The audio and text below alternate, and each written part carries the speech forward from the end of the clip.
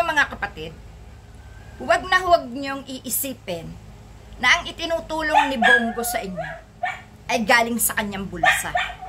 Mapanlin lang si Bongo. Ginagamit niya yung mga malasakit program na yan para siya ay muling makaupo. Ang hindi ninyo alam, si Bongo ay numero unong kanang kamay ni Duterte, lalo na nung panahong pinagpapapatay nila ang mamamayang Pilipino. Tigilan nyo ang kaunting bagay na nabibigay sa inyo ng mga kandidato na yan.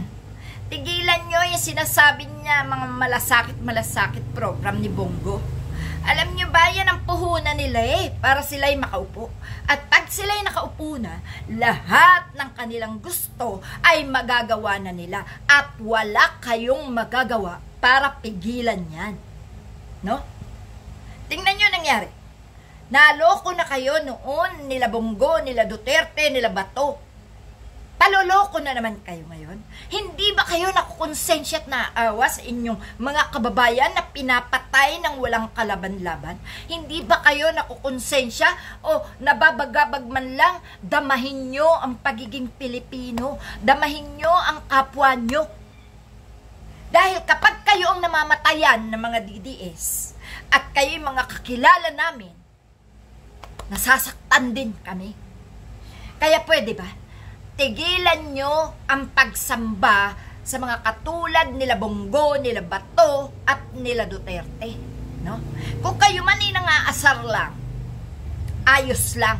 Pero kung kayo talaga ay nagpapakaloko sa mga ganyang klase ng tao, ganyang klase ng kandidato, ganyang klase ng politiko, wala kayong mararating.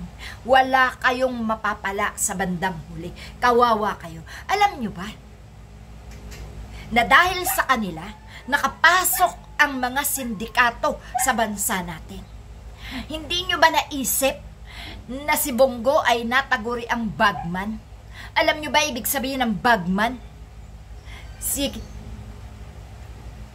Bato de la Rosa at si Bongo, yan ang numero unong pinagkatiwalaan ni Duterte sa mga katiwalaang ginawa niya.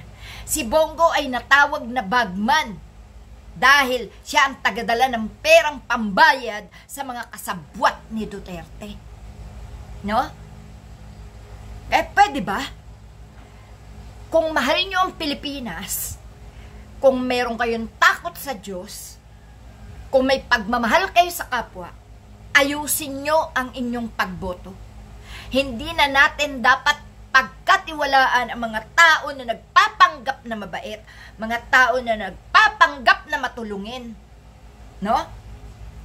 Dahil ang kapalit niyan ay kinabukasan at kapakanan ng inyong kaapu-apuhan. Gusto nyo ba sa kaunting malasakit, sa kaunting tulong na naibibigay sa inyo, malugsok ang kinabukasan ng mga anak nyo dahil magkakaroon sila ng pagkakataon na papasukin dito ang lahat ng gumagawa ng illegal? No? At maging kayo man ay pwedeng maging biktima pagdating na kanilang kailangan na pati kayo ay mabiktima. Wala silang kikilalanin na supporters. Wala silang kikilalanin na mga DDS na nagmamahal sa kanila. Hindi nila kayo kilala. Matauhan kayo. Huwag kayo magpakamangmang. Huwag kayong magpakabobo. Mahalin nyo ang bansa na ginagalawan ninyo at kinalalakihan ng mga anak at kaapu-apuhan nyo. Kung si Bongo din lang naman, mas mabuti pang iboto mo si Wilson Ahmad Carretero na siyang magbibigay ng tulong sa mga kapuspalad, lalo na sa mga magsasaka, no? Sa kampang kabuhayan natin, kesa kay Bongo.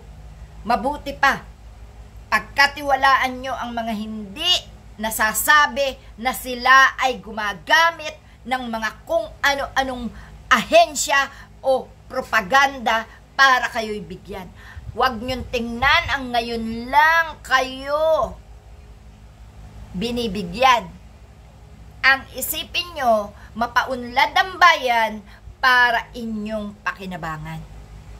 Alam nyo ba, pag umunlad ang Pilipinas, wala nang magnanakaw, wala nang mamamatay tao, wala na ang mga ganyang klase ng politiko. Uunlad ang bayan. Gagaan ang ating mga pakiramdam, gagaan ang ating pagkilos. Lahat ng gusto nyo sa inyong buhay ay magagawa ninyo nang ligtas at payapa, no? Nang wala kayong kinatatakutan. Uunlad ang bayan kapag matino ang mga nakaupo. Bakit? Papasok ang maraming investors, magtitiwalang muli sa Pilipinas, malaya ang mamamayang Pilipino na nakakagalaw, nakakakilos, at nasusunod ang lahat ng gusto. Aanhin nyo yung ganyang klase kay Bongo? Aanhin nyo yung ganyang klase kay Bato de la Rosa? Kasangkot sa EJK, kasangkot sa war on drugs, kasangkot sa mga droga na ipinakakalat sa bansang ito? Anong mapapala nyo sa mga taong may bad record? Anong mapapala nyo sa mga taong manggagamit? Anong mapapala nyo sa mga taong nagbabait-baitan? Sa palagay nyo, hindi kayo aabot sa kawawaan pagdating ng araw na sila na ang humahawak ng Pilipinas? Wala kayong puwang. Ngayon pa lang, tingnan nyo. Kapag pinapasok ang China, ang Chinese, ang may mga trabaho, kayo nakanganga. Kayo bumibili. No? Ang pinaghihirapan nyong kaunti ay ibinibili nyo pa ng mga produkto ng China. No?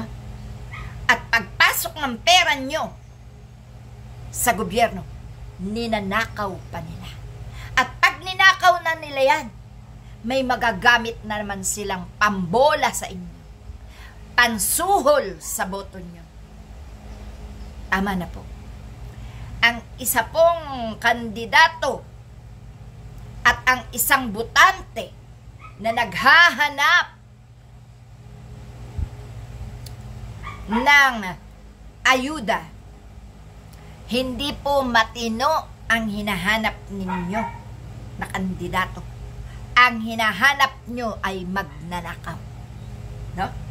Tandaan, kung ang hinahanap mo ngayong eleksyon, ikaw na bilang botante, kung ang hinahanap mo palagi ay ayuda, no? Hindi ka naghahanap ng matinong kandidato. Ang hinahanap mo ay isang magnanakaw. Tandaan mo yan.